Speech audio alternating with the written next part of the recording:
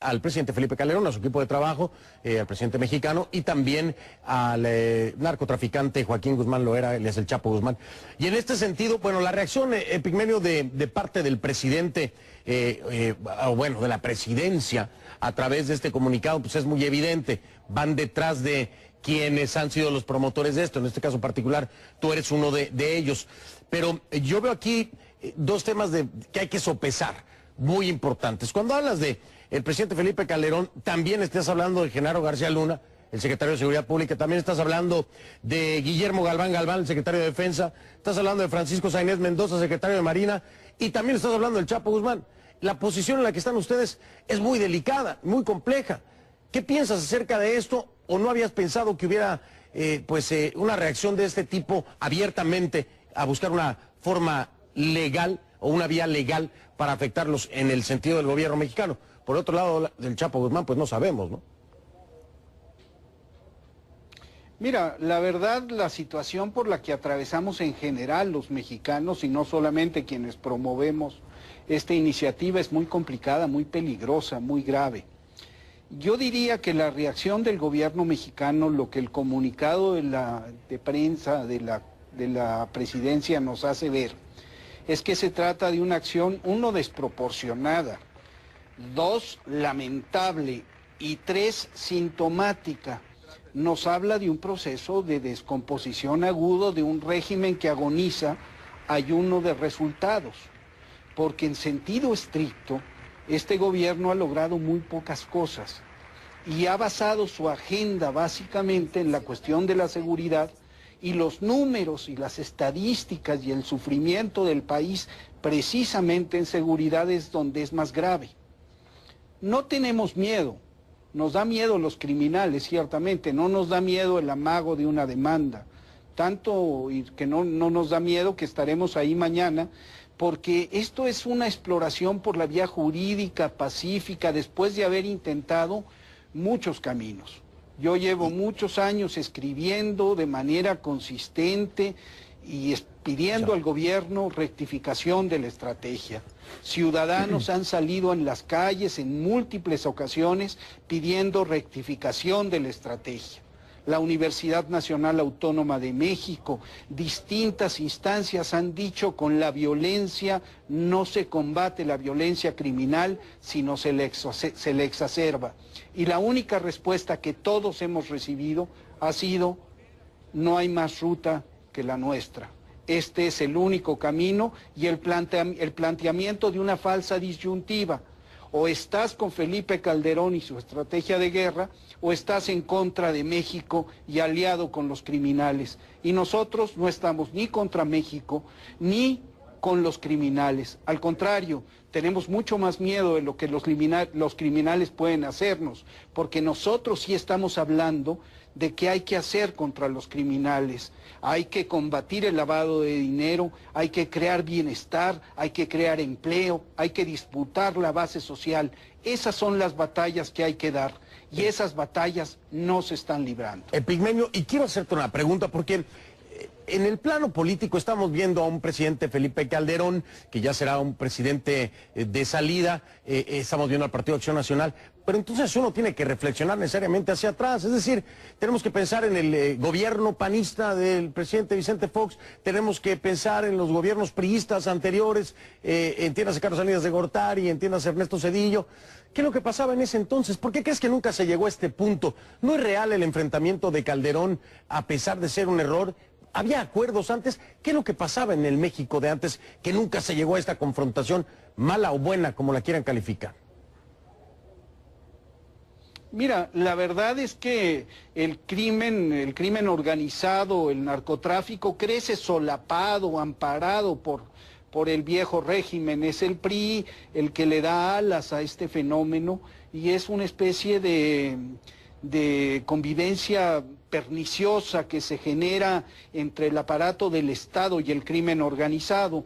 Después Vicente Fox comete una traición de lesa patria, porque les entrega el territorio a los narcotraficantes, simplemente se retira, es omiso en todos los órdenes. Y Felipe Calderón, en lugar de apostar por la construcción de una ofensiva integral, se va por la solución fácil, que es vestirse de general y declarar la guerra y sacar la tropa a la calle. Habida cuenta de que esas medidas, cuando se toman, no tienen, uno, marcha para atrás, y dos, tampoco tienen efectividad.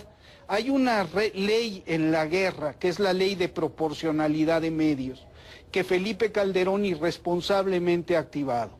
Cuando tú sacas una tanqueta a la calle, el oponente tiene la obligación de tener armas antitanque. Cuando sacas un helicóptero artillado, le das la potestad y obligas al otro a tener misiles antiaéreos. Pero esto se sucede además con una facción, con una banda de criminales que no reconoce ninguna regla, por un lado, y por el otro lado que tiene abierta el flujo logístico de manera brutal, porque de los Estados Unidos les llegan dólares y armas a raudales, de tal suerte que esta confrontación, que desde el punto de vista propagandístico es muy rentable en un momento dado, desata el infierno en nuestro país. Había que pelear con el crimen organizado. Nadie está diciendo que no hay que hacerlo, pero no hay que hacerlo así.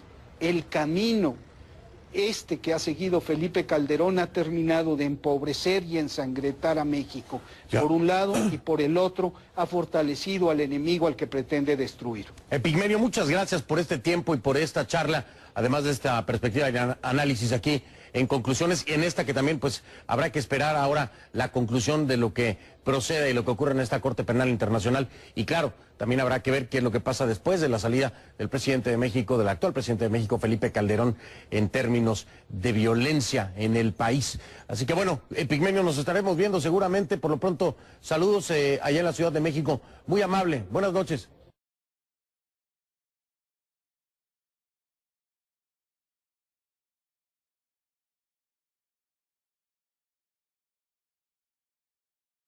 Evidente esfuerzo de intimidar, ¿no?, a nosotros ciudadanos. Muchos de los 23,000 también son víctimas de esta guerra, que estamos acercando información a una instancia internacional que le corresponde justo a la investigación. Y me parece sumamente grave que desmiende justamente lo que afirma en los primeros párrafos con respecto a la supuesta democracia del país. Él mismo está dando elementos de manera muy elocuentes a la Corte Penal Internacional para tomar en serio este caso, porque es típico, un líder autoritario que es acusado, pues responde atacando a los denunciantes. Entonces aquí Calderón mismo está evidenciándose en ese sentido. Dice, pues mira, dañamos el buen nombre de México en el extranjero.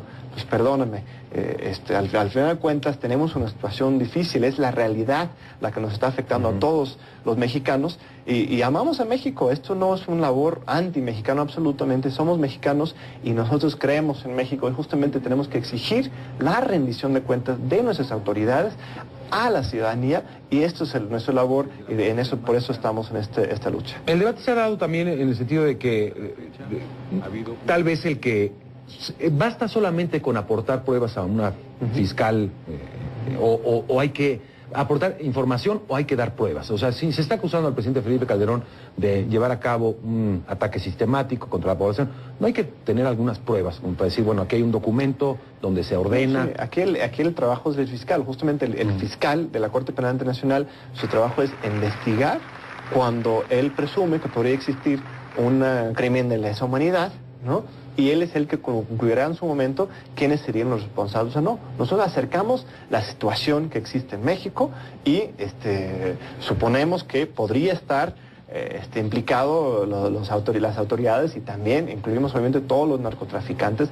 Esto no es lo central, quién es necesariamente responsable. Lo central es que estamos en una crisis alimentaria en este país y necesitamos urgentemente ayuda y apoyo internacional, pero de la buena, de materia de procuración de justicia en instituciones, no de esa que viene de la Iniciativa Mérida, por ejemplo, que en algunos sentidos podría ayudar, pero en muchos también termina subordinándonos a esta misma lógica de guerra. Entonces, Felipe Calderón estrictamente debería celebrar la posibilidad de que la Corte Penal Internacional pudiera intervenir, le pudiera ayudar justamente a limpiar las fuerzas internas del gobierno, encontrar los culpables entre los narcotraficantes de delitos que son mucho más graves que solamente un homicidio. Son delitos de ataque sistemático, y uno de los grandes problemas aquí es que los delitos de lesa humanidad, crímenes de lesa humanidad y de guerra no existen en nuestro Código Penal.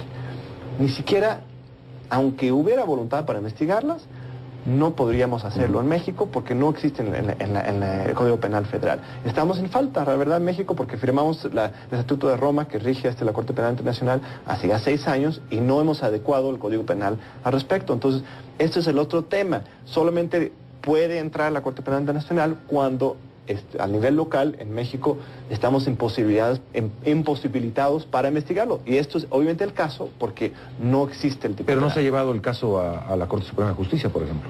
Por supuesto que sí. Nosotros desde marzo a abril, el licenciado Isaí Sandoval, con el apoyo de muchos de nosotros, desde el principio metimos una solicitud de investigación a la Suprema Corte de Justicia de la Nación, desde antes que se le quitara esa facultad por la reforma en materia de derechos humanos, para que pudiera investigar justamente estas violaciones graves a los derechos fundamentales. La Suprema Corte de Justicia de la Nación pues ha sido totalmente omiso, no ha respondido al respecto, entonces pues tenemos que recurrir a otras instancias. Mira, no se vale utilizar la Procuración de Justicia para fines políticos y para atacar a la población. La PGR existe para los delincuentes, no para los activistas, los abogados o los encargados.